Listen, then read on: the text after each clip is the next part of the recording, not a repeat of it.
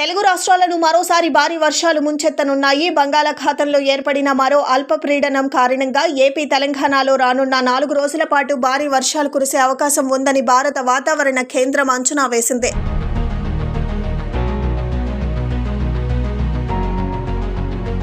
నైరుతి బంగ్లాదేశ్ ప్రాంతంలో ఉపరితల ఆవర్తనం ప్రభావం కారణంగా ఉత్తర బంగాళాఖాతం, బంగ్లాదేశ్, పశ్చిమ బెంగాల్కు చేరువగా బంగాళాఖాతంలో అల్పపీడనం ఏర్పడనున్నట్లు ఐఎండీ తెలిపింది. తెలుగు రాష్ట్రాలతో పాటు పశ్చిమ బెంగాల్పై కూడా దీని ప్రభావం ఉంటుందని పేర్కొంది. ఇక ఈ అల్పపీడనం ప్రభావంతో రానున్న 4 రోజుల్లో ఏపీలోని పలు జిల్లాల్లో మోస్తారు నుంచి భారీ వర్షాలు కురుస్తాయని వెల్లడించింది.